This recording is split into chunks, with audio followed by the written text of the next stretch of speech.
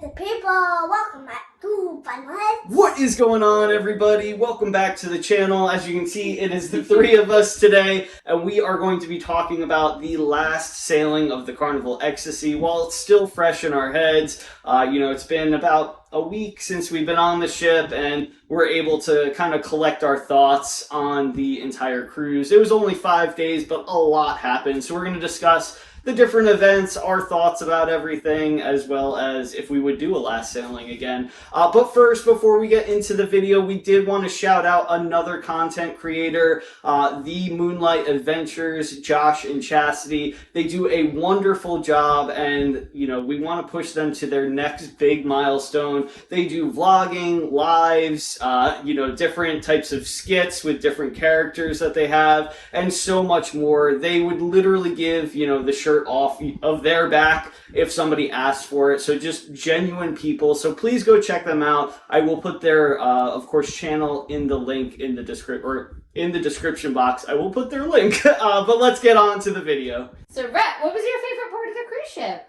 My favorite part of the cruise ship was everything. Everything, right? If you could pick a few things, what did you like the most about this cruise ship? The ship, arcade, swimming, ice cream. There you go. Those were good ones to name off. So what big things happened on the ship? Do you remember any of the events or anything special that you can recall? The specialist thing was seeing the ship poured in. That was really cool because we got to see it sailing. Yeah. From our hotel room. Yeah. Right. Yeah, see it from there. Yeah. I saw it first. Mommy saw it second, and Daddy saw it last. Yeah. Because I was the first ones. I think it's because you woke everybody up. Yeah. Is that screaming that you saw the ship? Yeah. I was like, Mommy, Daddy, I see the ship. I see the ship. I see the ship. I see the ship. Yeah. So what? Just like that. Yeah. How did you get extra credits at the arcade? Do you remember? From the costume contest. Oh yeah, who won? Me. Yeah, and what did you dress up as? A garbage man. Yeah, what did you win besides some arcade credits? You want to show people? Sure. This is what I won. Yeah, he got the Frightfully Fun Best Costume medallion, which is really cool because they only give those out in October on Halloween-themed cruises. So there's not many of those around, so that's really cool. Was it fun to be in the contest? Mm-hmm. What did you have to do? Tell people. I gotta tell my costume. Oh, you got your costume and you go up on stage. Yeah, and I get to and Alex helped me roll down my garbage can. Who's Alex? The cruise director. And what does he say? He goes, Hey, Alex. Hey, Alex. And what else happened on this cruise? What else did you get? You want this?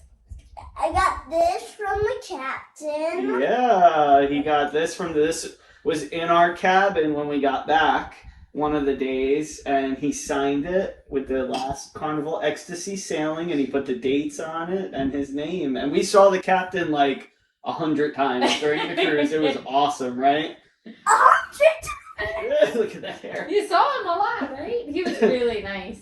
And Captain. Who else was right near our cabin? Do you remember? John Hill. John Hill. And what did you make for him? What did we send Mr. John Hill? The little color thing. You made a nice picture for him, and then what did he give you in return? Cookies. Your favorite thing in the world besides ice cream, right? Yeah. Yeah. It was cookies. Cookies. All right. Were they delicious? Uh-huh. Best cookies ever? And hey, what else did you win at the platinum party? The platinum diamond party. What did you win? Do you remember? No. You got the youngest platinum. I got the youngest plaque. Yeah, you got a nice plaque, remember? Plaque? Yeah, like it's like this, but it looks a little different. There's just one more thing I needed to say. Okay. The Ecstasy was the prettiest ship ever. It was a pretty It slip was really fall. pretty, wasn't it? Yeah. You get sad when it's gone. Yeah. Yeah. Who else did we see? I just love it. Who else did we see on the ship? Graham. Good. The Grinch? Did we see the Grinch on the Oh, ship? he was misbehaving, right, at the parties. He was dancing in the elevator. What was he doing? Was he showing his? Fuck. He was doing like He was. He was being real silly. The Grinch was like this. He was doing exactly that. It was. That naughty Grinch. Yeah. He was dancing in the elevator like that. Oh my goodness. All right, dude. Want to add anything else? No. All right. You say bye to everybody. Bye. So those were some of Rhett's thoughts. He wanted to go after that, but we just wanted to expand a little bit on, you know, some of the emotions that we felt, events, and just overall, you know, how we liked it, and if we would go on another, you know, sailing that was a final one. So what did you think about the ship in total? I loved it. Yeah, I mean, I did. I loved it. It was beautiful. It was well kept up. Yeah, I mean, I loved the neon how signs. old was the ship again? 30-something years? 30-something years. I can't remember exactly. 35 plus years, I think. And, you know, we went on the ship kind of like pre-framed in our mind that, you know, there's probably going to be a couple things here or there that, you know, might not work too well or might not work at all, or paint or this or that. And of course, we've been on the ship twice before without Rhett. And, you know, even when we went those years ago, it was still old at that point. But as far as being such an old ship, it was still absolutely beautiful. I mean, Carnival had kept up with everything that they could. And I mean, they were still painting and washing the ship in ports. Even when we got off the ship on the final day, they were still painting and washing all the salt off of it. And that was, again, the last sailing that guests would be on it. So it's like, what's the point? But at the same time, you know, they have their standards, they have their tradition. And I mean, it was so awesome to see. And even the crew and the employees on it,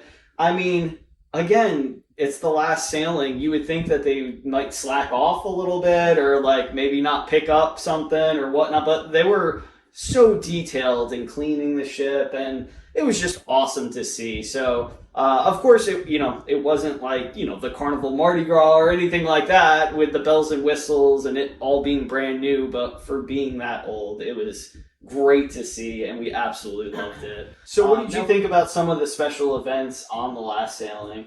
They were cool. It made it really busy. Yeah. It was a really busy 5 days. It was super busy. 5 nights is always busy as far as a cruise goes because there's so much you want to do, but just the added, and there wasn't a ton of special events, but the ones that they added were a little bit longer, which we didn't mind, of course, but it just added to everything that we were doing. So do you remember some of the special events that we went to? Well, the John Hill stuff. So, Yes. like, he had a couple. Yeah, he had the Q&A. That was really that was fun. The Q&A was awesome. We got there. The house was, of course, packed for a John Heald Q&A. This was our second one that we've done because we had John Heald on the Mardi Gras for his Q&A, which is actually on the channel as well. But this was a little bit more intimate because he had invited a lot of different like senior positions to the Q&A, kind of went down the line. We'll upload this video in full as well. Just asked them a couple questions, you know, about them personally, their time working for Carnival, and then also, you know, just some thoughts on the ship itself as far as that goes. Lots of laughs, was absolutely a great event. And then we had the Groove for St. Jude. It is, of course, is a typical event, but they did have it on the first sea day, so that threw us off a little bit. Right before the Q&A. Yeah. So, like, it went longer. It was stacked. We were like, we've got to go, keep buying, but we've got to go. Yeah, and it was actually, we broke the record for the most donated on the Carnival Ecstasy ever. Just makes sense that it was the final sailing to break that record. And actually, I think we broke the record even before another guest decided to match penny for penny what everybody else previously had donated. He said that, before the event started, and he said, no matter what, we raise today, I'm going to match it. So I think his name was either John or Josh. John. I think it was John, but we met him for like literally 1 millisecond. Awesome guy. And he put, his money where his mouth was, and what a great cause for that. So that was really special. And then after that, what was the next special event? Do you remember? That day? Not that day, just... and then there was the auction, the big yeah, auction. So we raised, I think it was almost $15,000, maybe 14 and change on that first C Day for Crew for St. Jude. And then John and, the heads at the company decided that they were going to auction off some Carnival Ecstasy memorabilia, I guess that's a way to say it. Just items that are super special for that ship. For example, there was flags that were auctioned off, a lot of like first time in certain ports, whether it was like a plaque or a key or whatnot, and so much more. It was really cool. Some of it was really silly that people were bidding on, as far as like robes and towels and stuff, but other things were absolutely amazing. We were in one of the auctions. The horn. Yeah, we were in an auction for like a split second. We wanted to win blowing the horn by a guest they auctioned off, and I wanted to get it for us and of course Rhett. We would have let Rhett That do would have it. been cool. But it got too high, which is great because of course the money goes for St. Jude, but we were a little bit, not sad, but I guess disappointed. But we met the guy who won it, and he was awesome. He was so nice. And we I can't remember his name at the moment either. Travis? I can't remember. I'm so sorry. It's a T. But anyway, he was great. We met him again on the last day as well. Yeah. But I even asked him, I was like, so, because I was wondering how close we were to actually winning it. Yeah. He was willing to go all way higher than we were. So it made me feel better. Like, we didn't just miss out. We would have had to put out a second. And it was great to meet him too, because he showed us that video, of course. Now it's uploaded, which I'm sure you've seen it. If you haven't seen it, I'll try to find it and put it in the description box. Awesome once-in-a-lifetime experience. But he also invited us up to his cabin, which was what was it called again? The owner's suite. And they're only on that class. Yeah, and there's two, so one on each side, deck, what would it be, 12? 12. I think it was 12. Right above the Lido deck. It was an awesome room. It looked like, bigger than our first apartment we got. Like, it was a massive kitchen, dining room, built-in living hot tub, the works. The bathroom was the size of our cabin. Yeah. It was right above Camp Ocean, which the whole week I was like, what is up above there? I was trying to figure it out. I was like, does Camp Ocean have like a double level? And then he showed us it. You would never know it was there too, because it literally just says private on the door. It does have a key card, but it doesn't say a room or anything. So it was really cool to kind of see that. And then I think we're missing something. Oh, the captain's last speech was so amazing. It was. He gave 2 speeches. He gave a lot of speeches during the cruise. Yeah. First of all, he's amazing. Oh, and the guy that the horn. He got the cap. I don't know what they're called. The rank insignia. There's a word for it, but I can't remember the exact name. The guy got to keep those, and he said those were the very first ones he was ever given. So he's worn them for. Yeah, by Christine Duffy. She was the one that I guess pinned them, or however it is. And the guy even tried to give them back. He was like, "No, you keep them." Then the captain he was so. Yeah. He was so nice. He was amazing. He was amazing to us, to the other guests, and especially to Rhett. I mean, every time he saw us, he would stop and, ask us how we were doing. And we're like, how are you doing? Because you could see the emotion on his face and on a lot of the crew as well. And like Michelle said, he gave so many different speeches throughout the week and so many words. But the last speech that he gave it was like the celebration night. Farewell party. It was a farewell party in the atrium. Alex, the cruise director, started it off. Everybody was there. They handed out like every it's not a glow stick, but like those glow tubes that you see in all like the Lido deck parties that light up. they had probably 3,000 of those handed out, probably more than that, because people had like 2 or 3 that were waving. They were trying to get rid of them. yeah, of course. But it was such. I mean, people were singing, as hard as they can. Nobody had a voice the next day. People were crying. The crew was crying. The captain, I'm sure, shed some tears that night. We have that video as well, but it was just so amazing. And then on that final night, before that happened, of course, John Heald is in the dining room with Alex, the maitre d', doing the last showtime ever on the Ecstasy. Rhett actually got to announce it, which was amazing. But they sang. Really good job. They sang that awful song. How does it go again? You're leaving our friendship. You're leaving our friendship. But they did a good job because everybody was expecting that song and that song only. But so they sang it, and then they did their regular showtime with their upbeat dances, and it was, the crew was all out, like crying. Everyone was a hot mess during dinner. So it was. They did such a good job of bringing it back upbeat. Yeah. It was sad, and then they brought us up, to happy again. But gosh, it was a hard night. There were so many moments that I caught myself, especially when I went off to do, little mini videos here and there that like I just kind of took in the ship and, just tried to feel what some of the crew would feel that had been on it. Like Alex, the cruise director, and the DJ, and one of the other fun squads, I can't remember their name, they were on it from the very beginning. So from the very first sailing that it came back, of course, from restart, not like the beginning in 90s, because he was like 5 years old probably,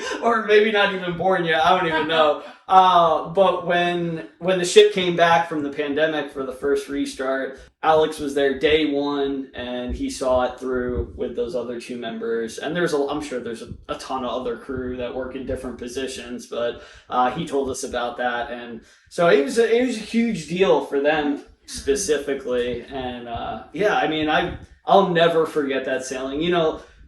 Every cruise is special and it's different, and you have, memories that you can pluck away from each and every one, especially now with us doing, vlogging and videos, so that way we keep it fresh in our minds. But this one, like, we'll just remember like the entire week forever. Like every day was so special, and it was thanks to, the guests were amazing on the ship as well, because everybody knew, this is the last sailing. Everyone wanted to be on this sailing specifically to celebrate the life of the Ecstasy. And at one point, I was actually talking to the marketing director of Carnival, and I had mentioned, I think this sailing, being the final sailing, is even bigger than it would have been, because during the pandemic, Carnival had lost so many ships that probably weren't planned. We lost the Sensation, the Imagination, Inspiration, Fascination. I'm sure I'm missing a couple.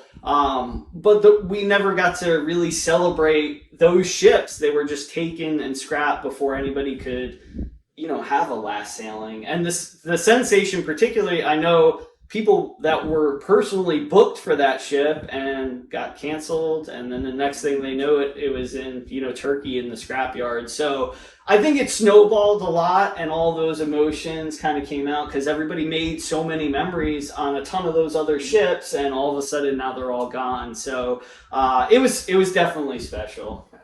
I'm happy we got to be a part of it. I'm really happy we went. So that leads us into, I think, the final thought, which is, would we do something like this again? And I don't know about you, but I would absolutely, 1,000%. I mean, of course, it depends on the price and location, of course. Ship I haven't been on, I want to go on it. Yeah. Well, so like, me and Michelle have been on the Elation before, which of course is still sailing and is due for dry dock here in 2023.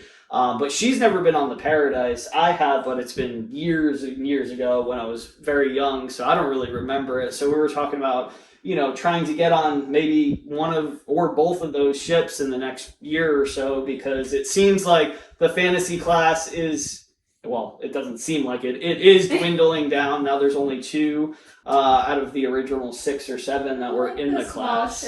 And that's one of the questions in the Q&A for John, which is a question that I wanted to ask actually on the Mardi Gras, and I just didn't have the opportunity to do so, was if Carnival was thinking about, you know, making a brand new, smaller or mid-class ship. And he just flat out said no, unfortunately, because it just, as far as costs and, you know, financial sense, it doesn't. People want the bells and whistles. Yeah, they want the bells and whistles, and they can't. They need the room to provide those bells and whistles, and I get that. But I think a lot of people, which is a great thing to put in the comment section if you want to let us know what your thoughts are. But if you're like us, we like the intimacy of the smaller ships. We like to talk to the crew. We like to talk, you know, to the guests. When there's only 2,000 guests, you're going to see the same person 3, 4, 5 times. I mean, there's some people that we saw a dozen times during the cruise, and that's wonderful. But when you're on a ship that has 5, 6, 7, 8,000 guests, you're probably not going to see too many people, you know, that many times. And the crew is just amazing, of course, on the bigger ships, but they are just trying to get to the next guest because they want to make sure, they serve people quickly, especially at like bars and food and all that stuff. So unfortunately, if you're looking for a new small class ship, it's not going to be in Carnival's plans for the near future, which is sad. But back to the original question was, would we do this again? Absolutely. It was fantastic. Carnival did it absolutely right. The week was amazing. I wish we got an extra couple of days. I wish it was I wish it was a 7-night, but I think they're going to keep doing this, once they start scrapping some of the other ships. Hopefully it won't be for a while, but if it's something that you were thinking about and missed out on this ship, I highly, highly recommend looking to book the next one, because it was just so special, and it was really, really cool to be a part of it. Yeah. Really. Just to say that we were there, and there's so many amazing memories that were made in such a short time. So I think that's really all that we wanted to kind of blurt out while it was still fresh in our minds. We just wanted to make sure that, we got it all down and wanted to tell kind of people how we were feeling afterwards. So, but hopefully you enjoyed the video. Click like, subscribe, all that good stuff. Comment, share the video. It helps tremendously. Doesn't cost a thing. Hopefully we'll see you right back here in the next video or on a cruise ship one day. Catch you later. Right. So, Rhett, what was... Hang on. Okay, ready? I'm ready! Come on! Say it! Say it! Say what? Just say something. Say something! Say